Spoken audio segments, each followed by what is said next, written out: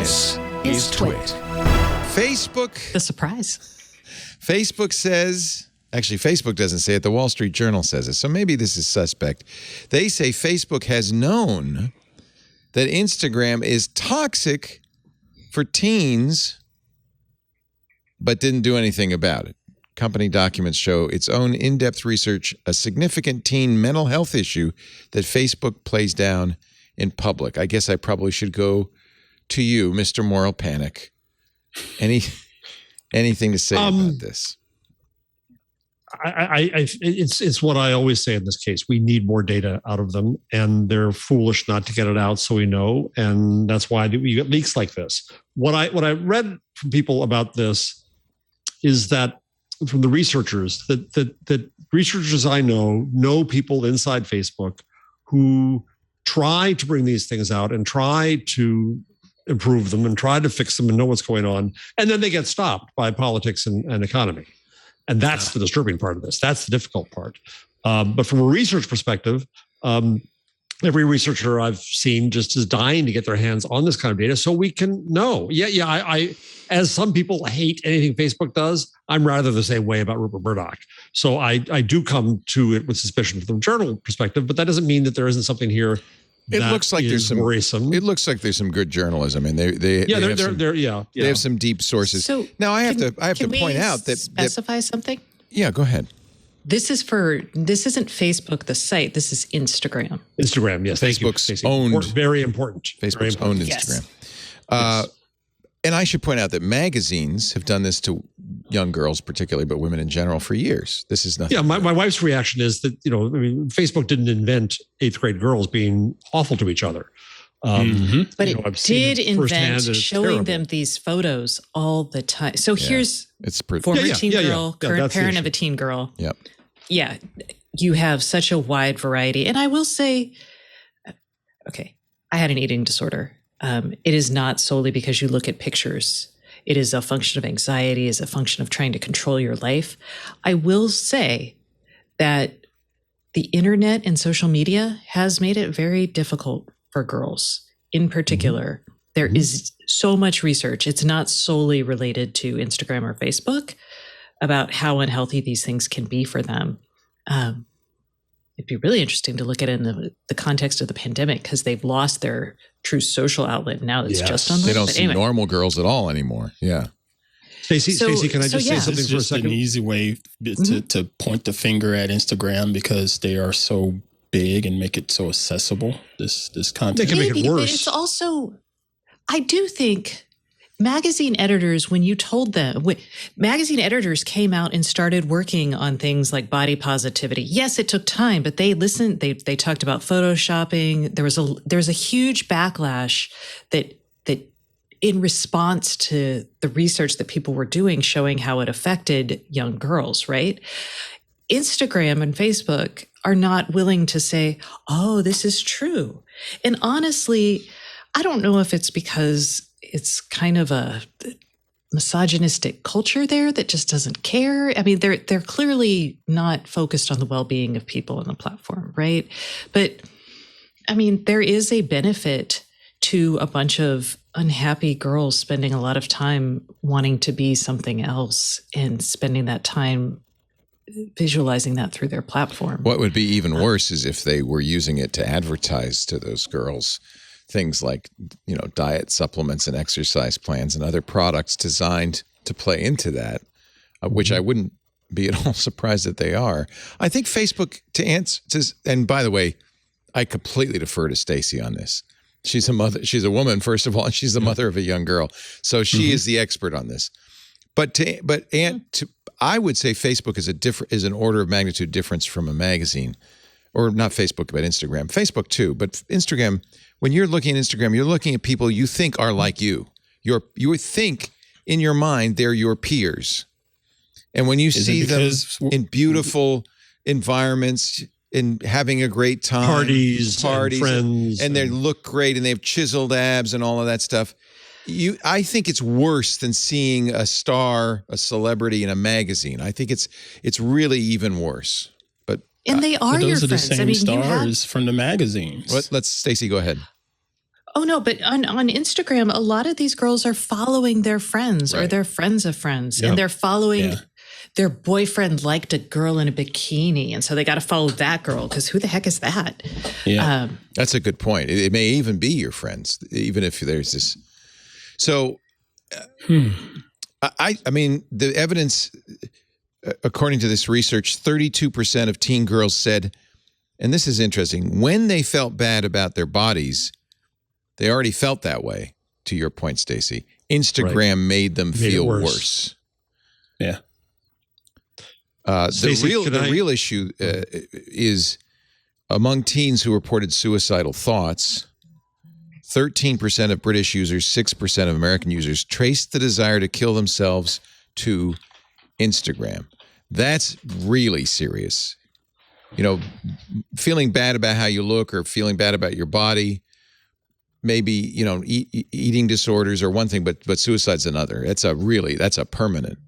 Yeah. Well, in suicide, I mean, there's so much research already out there about how, like, if someone kills themselves in a school, others will tend to do that. It's epidemic. Yep. So when your community is online, it's wider reaching, but they still feel like your community, and that can be a real problem. Just like, oh, well, this person, you know, did it.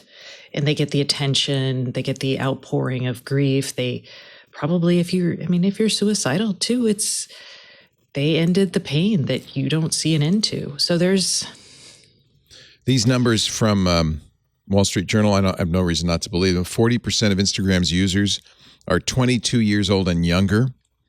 22 million teens log into Instagram every day, compared to 5 million on Facebook. Facebook is, of course, losing young people. Right. But Instagram is where many of them have gone.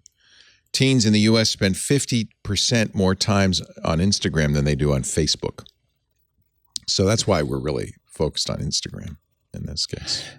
You know, I look at this stuff and the first thing that comes to my mind is where are the parents when it comes to these different influences out there. I know what Instagram is doing or has allegedly done is pretty craptastic in feeding this content out there when they have all of the control of the algorithm. They're feeding the stuff out there that's going to get the likes and the activity and keep people on the platform because that's their job. That's where they make their money, you know. But at the same time, where is mom, dad, or uncle or whomever to say, hey, you know that none of that's real, right? That person is totally faking. So love you for who you are. You know, why doesn't that get talked about? So, and first, I want to thank Stacey very sincerely here for sharing. Nothing, you know, makes us expect you to do that, and for you to have just shared that, I think is generous because it tells people that they're not alone, and that there is a beyond, and I think that's critical. And I don't want to. I don't want to invade the privacy of my own loved ones, but in some response to you, Aunt, as Stacey just said, it's bigger than one cause. It's not caused by that. It can be made worse, but there's so much pressure. What we're doing to our children today, in the anxiety is raised. It's been raised for some time, and look at things like the college entrance scandal.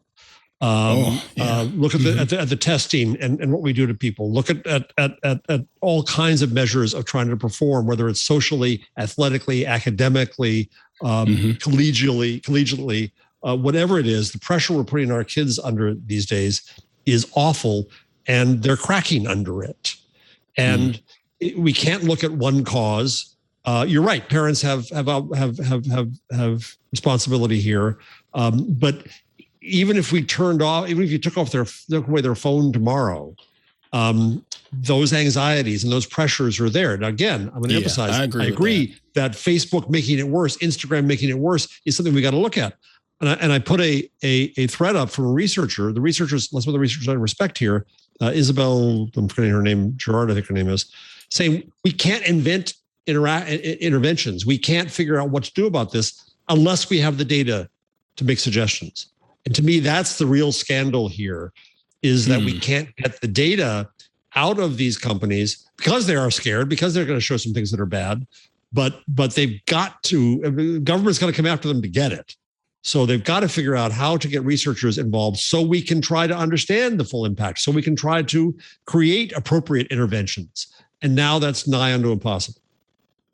Facebook, when asked by the Senate to hand over some of this information, they told the senators that its internal research is proprietary and, quote, kept confidential to promote frank and open dialogue and brainstorming internally.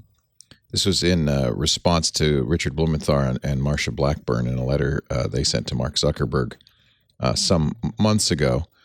Blumenthal said Facebook's answers were so evasive, failing to even respond to all our questions. They really raised questions about what Facebook might be hiding. Yeah. Mosseri, who's the head, Adam Mosseri, who's the head of Instagram, says we don't send research out to regulators on a regular basis for a number of reasons. But he added Facebook should figure out a way to share high-level overviews of what the company is learning and wanted to give external researchers access to Facebook's data. We know how that went with another set of data. We talked about that. Well, the privacy regulations did get in the way. Sure. This is I completely understand. Troubling for parents, troubling for everybody. I've always seen this as a problem in social media in general, is that people always show the best slice of their life. And as in media. Yeah, and I spend a lot of time counseling my own kids who've grown up with social media, counseling them not to compare their insides with other people's outsides, because you're not seeing it's apples to oranges. You're not seeing the troubles those people have. Go ahead, Stacey. Oh, I was going to. They also cater to a community. So a lot of these, what happens is you become known for something, and then that becomes your personality. Like you hear all the kids, they're like, okay, liking pumpkin spice lattes is not your whole personality, right? But it does. It's because they're driving after a demographic that, like, if it's on TikTok, it's a certain demographic. If it's on Instagram, it's this set of people, right? This hashtag. So then you're not only curating, you're not necessarily curating your best self, you're curating the self that gets you the attention you think you want. And I think that's a really important thing here, because being beautiful and skinny gets you a lot of attention. Being sad and suicidal gets you attention. Yeah. So in some sense, you become this, you're rewarded for becoming more this. Personality. It's about the presentation, not about you. And then I would also say, just because I think this is an important thing, and also I'm a parent, so I'm sensitive, and you too, Aunt.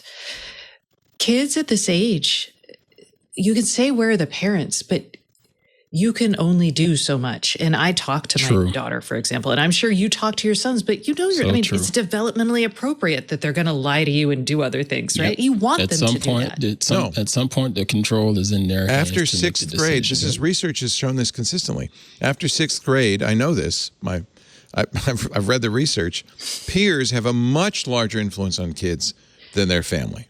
Yeah, their peer group is everything, and your peer group suddenly now has expanded with this kind of social media to a friends of friends of friends of friends. It's a much larger group. That's your. So I mean, I'm not saying that you shouldn't talk to your kids, and you totally should, and you could try to ban Instagram, although so many social interactions now happen through that, and like. So like if you don't get invited to the parties, or yeah, I don't know what the answer is. I agree with it's very tough. I don't think parents can immunize kids against this very effectively. I do not think. I do think companies have a role. Like, I do think if Mark Zuckerberg actually gave two flips about this, and maybe he will when his kids grow up, I don't know.